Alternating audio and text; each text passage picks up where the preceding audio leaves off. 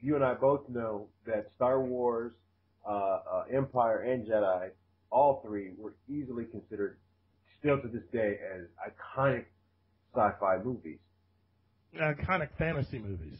Sci-fi.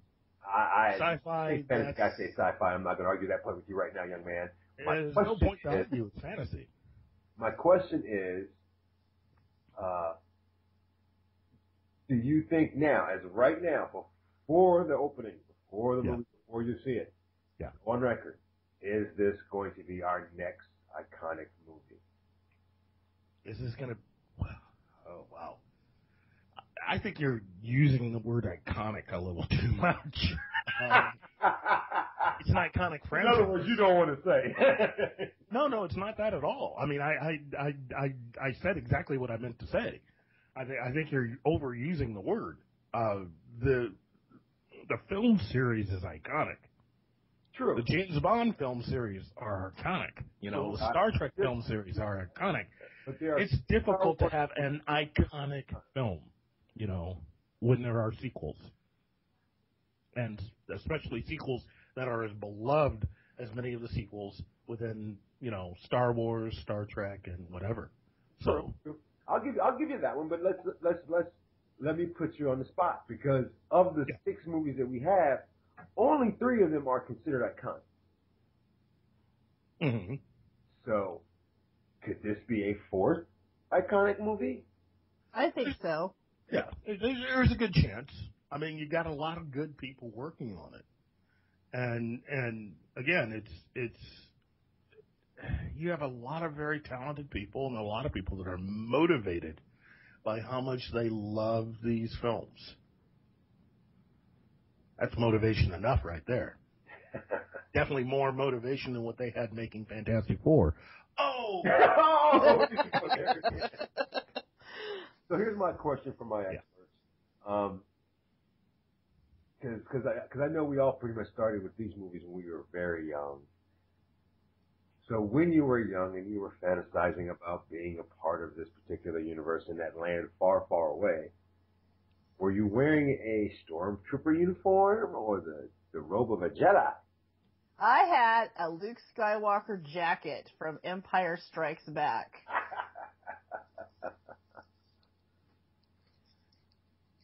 and did we lose Keith? Yep. You know what? I've obviously experienced a lot more. When this movie came out, the most iconic thing that really stood out about it was how good the visual effects were. Yes, they were. They were state of the art for the time. Yes. Yeah, I mean, and phenomenal. The year before, we were dealing with Logan's Run. I mean, that's pretty much the stark nature of everything. I think it was all up for grabs as far as, coming out of that film.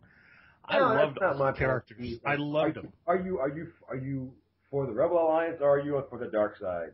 Well, it was easier to be for the Rebels, but I also thought that Darth Vader was straight cool. A lot of people, I mean, for me, it was just, Han and Luke seemed to really just like, hey, yeah, didn't quite get the whole thing with Obi-Wan, but, I wasn't mature enough to have seen a lot of Kurosawa by that age. So. What's so funny? I mean, that's one of the influences for the movie is Kurosawa. So, of course. But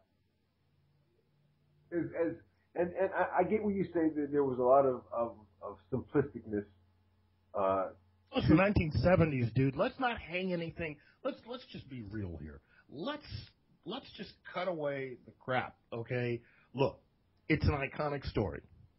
And it was an iconic story born partially out of the fact that you had someone that had been rejected from actually dealing with something that he wanted to do, which was Flash Gordon. Okay? That's what Lucas really wanted. And I guarantee you, the dude over at King Features who, the people that actually own the rights to Flash Gordon, I'm pretty sure the guy that made that decision is now no longer there. is what you do. You know, everybody has something they really enjoy. And if you are unable to fulfill a dream to work with that, you just create your own. And Lucas did that. Although the first film that he came out with was a very, very simplistic story. But I mean that in the best way possible. It needed to be simplistic. Coming out of everything that the 1970s by that point represented, that's phenomenal. But really, I mean, when you go from A New Hope to Empire, there is a massive jump in story and character. And so, you know, again, I just don't believe in covering everything with CRAP when talking about Episode 4. I mean, it's simplistic. It's not a bad movie at all. It is an iconic film, but let's really be real about the movie. Because if you try to elevate that first movie up too much, you're going to miss what makes Empire so good. And probably the best sequel, if not one of the three best sequels to any movie ever made. You know, Empire, in my opinion, is still the best. It is still the best Star Wars film. And that's prior to seeing the next one. Listening to this, come check us out. We're at the Branson Imax, and you'll see me in one of the coolest characters from that particular movie in the Star Wars universe. The coolest cat in the entire Star Wars universe. I will be Lando Calrissian. Oh, okay. My first cosplay ever when I was a kid, and probably my last cosplay in public. Not counting the voices in your head. Not counting the voices in my head. That is absolutely right. Now, one of the things I'm looking forward to is, I mean, this is basically a modern take on an iconic story. So we're going to get new ways of using the Force. We're going to get new lightsabers. We're going to get new stormtrooper looks, even. So many different new things. And yet, I'm still hoping that they keep it true to some of the original stuff, how the Force was used, how the lightsabers were used. I'm not expecting anything too out there, seriously. When you have someone like Lawrence Kasdan, who I think co-wrote the best Star Wars film of all time, with Leia Brackett, that being The Empire Strikes Back, it's hard to go wrong, you know? I think we're going to get a lot of things that we expect. We're going to see some new things, much to the chagrin of certain Star Wars fans out there who, again, a lot of those people that were unhappy when they had announced that a lot of the Star Wars universe that they had liked was basically going to be wiped out of existence to make room for this new movie. I think it's safe to say about 90% of those people aren't as mad today. So the mouse is going to get what it needs. The mouse is definitely going to get what it needs out of this. So yeah. It's going to be great. This is going to be a great time. It's a great film. Just take the entire family and keep going to see it. Help get this movie to $1.4 billion. That's what it needs. Wall Street says it has to make very Star Wars Christmas, I will say that. Oh. Hey, I'm going to give a shout out to John Williams because, you know, that movie had an iconic soundtrack that made it what it is, too. Yes, it did. And for those of you that haven't seen it, check out Fanatics and the Fans Facebook page where the stars of The Force Awakens joined with the Roots and Jimmy Fallon to actually recreate some of that iconic music. It's actually really cool. Well, it's an incredible cast. Yeah. I have to say, big shout out to Kathleen Kennedy, really, for putting it all together. One of the most powerful women in Hollywood, and one of Steven Spielberg's almost since the very beginning. she has done a fantastic job running Lucasfilm. And I think what they have in store for fans next is going to blow people away. I'm really looking forward to Rogue One. Yes. And also the Han Solo film. And I'm actually more looking forward to the video games. I can't wait to see what new video games breeds. I mean, there's already an online Star Wars video game. I want to see how that changes. I can't wait to see what video games and breed from this. And I'm even interested to see some of the toys and collectibles that come from this. They're going to be a lot more than what was produced for all 6 previous films. So that leads me to a question that only you and I could probably answer, Keith. Really? What Okay. Star Wars toy that you have back then that you wish you still had and never opened the box from? What's the point of having a toy if you're not really going to take it out of the box? Well, exactly. I had to wear the Star Wars jacket. You couldn't leave it in the bag. My first Star Wars toy ever was the X-Wing, and I really wish I still had it. The figures, because yeah.